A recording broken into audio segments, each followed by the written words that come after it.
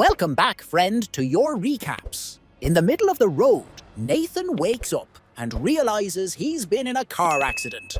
His vehicle has crashed on the edge of the road, yet Nathan doesn't have a single scratch on his body. At that moment, he's startled by Daniel, the driver of the bike Nathan crashed against. To Nathan's shock, Daniel doesn't look hurt either. Daniel wonders if Nathan remembers getting out of the car, and Nathan admits he doesn't. He blames it on the shock and the fact he hit his head on the dashboard. However, there's no wound and he doesn't feel any pain. Then Daniel drops the big news. They're actually dead and these are their ghosts. He theorizes he died first because he's been there for several minutes, and at first he was in denial. But there's no other explanation. Nathan refuses to believe it and goes to check his car, noticing that the driver's compartment is completely staved in. A further look reveals his body inside. Shocked, Nathan steps back and starts having an existential crisis, thinking about his friends and kids. Daniel mentions that he'll miss his wife and finds it weird that Nathan didn't mention the kid's mother. As Nathan continues to freak out, Daniel says this confirms that the afterlife exists and that he feels at peace, which makes Nathan freak out even more and starts denying everything again. Daniel won't allow it and brings the body out of the car to make him face reality. Since Nathan is uncomfortable, Daniel covers the body's face with a handkerchief. At that moment, a car comes down the road and stops next to the body. Nathan tries asking for help, but the driver can't see or hear him. After using his foot to check that the body is truly dead, the man empties Nathan's pocket, takes the money, and just drives away. Now, Nathan finally accepts that he's a ghost and wonders if judgment comes next. He admits he killed his wife, but swears it was out of mercy. Before he can say more, Daniel begins hearing music around them. Suddenly, a mysterious white door appears in front of them at the same time that the area gets covered in snow. Daniel swears the music comes from that door, but Nathan can't hear anything. They're about to cross when a red door appears behind them, looking more sinister. Nathan hears screaming coming from this door, but Daniel doesn't. They conclude the white door must lead to heaven, and the red door goes to hell, meaning Nathan is being punished for killing his wife. Nathan freaks out again, explaining that his wife had been sick, and he only wanted to put her out of her misery. Daniel ignores him and tries crossing his door, but Nathan pushes him and crosses first. However, nothing happens. When Daniel mentions he should behave better if he wants to get a better door, Nathan apologizes for not seeing Daniel on his bike while he was driving. In return, Daniel admits he had been distracted by a little girl playing at the side of the road. The men share a hug to say goodbye, and Daniel crosses the white door, yet nothing happens to him either. He tries again to no avail, and he stops hearing the music. A voice speaks behind them, and the little girl Daniel saw appears, meaning she's also dead. She mentions that a man on a bike ran into her, and Daniel admits he had drunk before driving, prompting Nathan to explain it hadn't been just an accident. Daniel had been reckless and killed an innocent child. After a short argument, the guys try to guide the girl to the door, but she's been taught not to trust strangers and starts screaming. They fail to calm her down and Daniel gets tired, so he just picks her up and throws her into the white door. The girl immediately disappears, and so does the white door. Afterward, the guys accept it's time for them to cross as well. Daniel hesitates a little, so Nathan kicks him in before explaining the situation with his wife again. He's certain he didn't do anything and refuses to go. However, a huge monster appears on the road carrying souls in its flaming mouth, and a terrified Nathan finally crosses the red door. Then Nathan shows up in hell, where he finds thousands of souls unconscious on the ground. Finding a young girl makes him fall to his knees in shock, and when he grabs her hand, he sees her memories. The girl's name is Jeanne, and there are creepy shadows in her room. It's normal for her to have trouble sleeping because her parents won't stop arguing about her. The mother wants to help her daughter. However, the father is terrified of the kid and thinks they actually need protection. Tired of this, Jeanne gets off bed and lets her music box play before checking the window. There's a huge tree outside, and she blames the creepy shadows on it. Then she goes downstairs for a snack and notices her parents are still arguing about her. She chooses to make the snack herself and spreads jam on bread slices rather clumsily, although she looks happy to handle a knife. Sometime later, Jeanne visits her therapist. She tells the woman how she fed some cookie crumbs to baby birds, causing the mother bird to worry about her kids and fly toward her. Jeanne reacted by strangling all the birds. She also likes poking her little sister with pens because she hates her and even admits she wants to hurt her parents. Jeanne knows they're afraid of her because she's hurt them in the past while they were sleeping. Since then, they lock her in her room every night. The therapist wants to discuss what Jeanne did to her sister,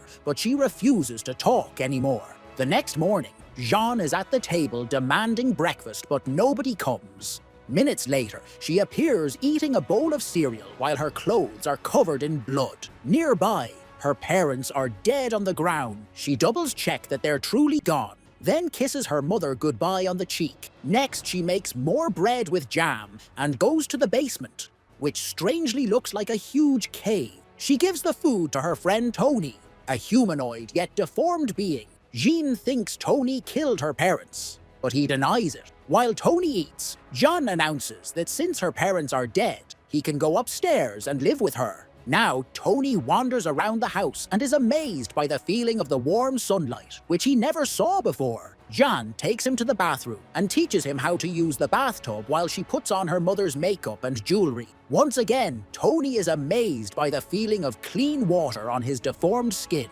Moments later, Tony puts on clean clothes that used to belong to the father, and Jean asks him for help to move the bodies.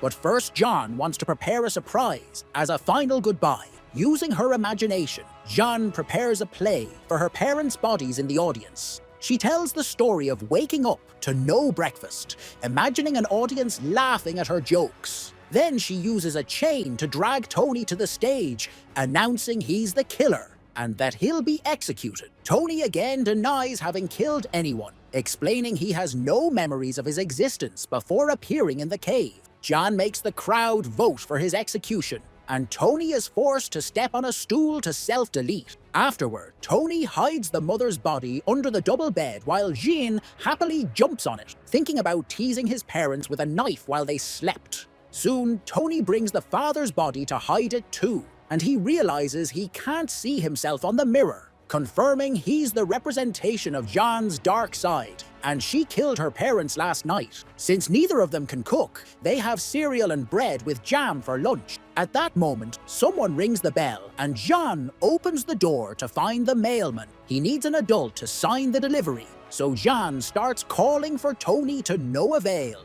The mailman decides to give her a missed delivery card and leaves. Then John desperately goes looking for Tony, not finding him anywhere downstairs.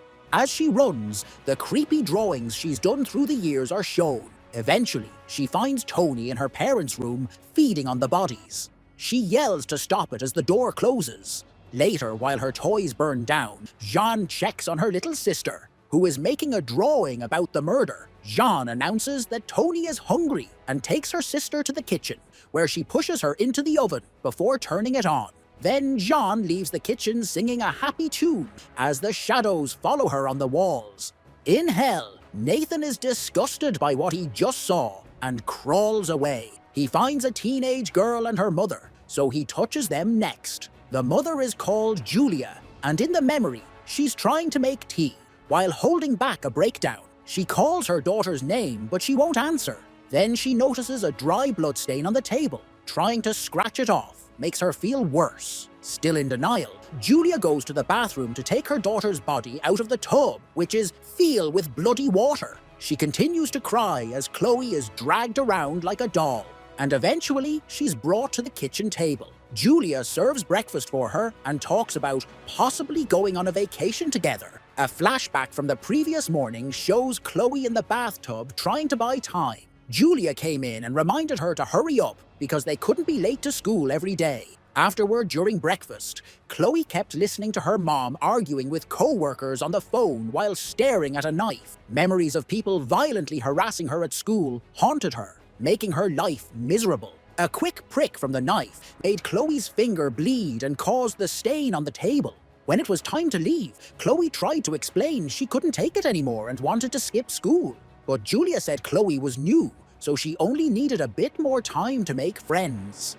Chloe even cried and called school a true hell, yet Julia thought she was just being a dramatic teenager. In the present, Chloe's body slides off the chair and the cat appears to lick the wound from her self-deletion. Julia scares the pet away and puts Chloe on a wheelchair while ignoring her phone ringing. She suddenly snaps and announces they're going on a trip before rushing to her closet, where she gathers a few things while having another breakdown. Next, she covers Chloe's body with a blanket and swears she loves her, even if she wasn't always there for her. Julia also announces Chloe won't have to go to school anymore, and that she'll homeschool her instead. When Julia opens the front door to leave, she's shocked to see it blocked by a brick wall. This triggers another flashback of Chloe trying to hide in a bathroom stall while other girls kept calling her names and kicking the door. Their threats forced Chloe to open the door, and they immediately pushed her against the mirror, insulting her before forcing her to her knee. The girls made Chloe lick their shoes, while one of them filmed everything. Back to the present. It's revealed the brick wall was a representation of Julia's neighbor, who has come to visit and thinks she heard Julia scream. A panicking Julia says they're leaving on a vacation and tries to end the conversation. However, the neighbor notices she's acting weird and bursts into the house, getting a big shock when she sees Chloe's body. Moments later, Julia is driving away with the body on the passenger seat. She cries as she describes the day Chloe was born, promising a better life from now on. Julia keeps begging Chloe to answer her, and eventually the reality sinks in, so she finally closes Chloe's eyes. This causes her to get distracted, and the car crashes against a tree.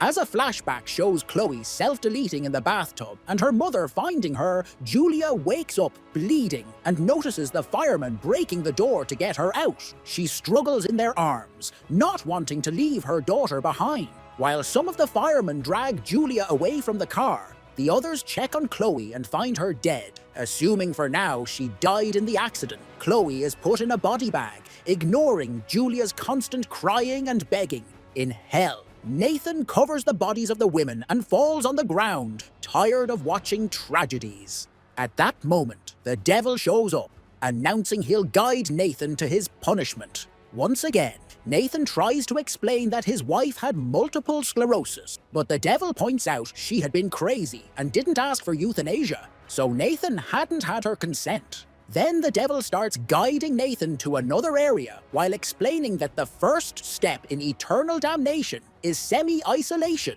so the souls can forget all the memories from their previous lives and become pure spirits of pain and despair. Nathan crosses a new door and appears in a dark room with other resting bodies. The devil announces the isolation will last 4,000 years, which is nothing compared to the suffering that will come afterward. As Nathan freaks out, the devil leaves and makes the entrance disappear. Suddenly, a blanket moves and a rotting soul called Billy comes out. Billy thinks Nathan is his new toy and immediately attacks him, smashing his head and throwing him around without a care. Nathan is tossed on the ground and Billy begins beating him up until Nathan stops responding. Then Billy yells in frustration as he realizes he went too far and destroyed Nathan's soul, forcing him to reincarnate. In the real world, a mother gives birth to a healthy baby, while the devil tells Billy that by sending a damned soul back, he's created the Antichrist. The devil punishes Billy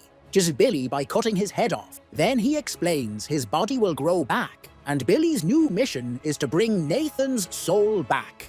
Sometime later, Billy appears in the baby's room. Please, if you like my content, support me with a like and subscribe to the channel. Have a nice day, friend.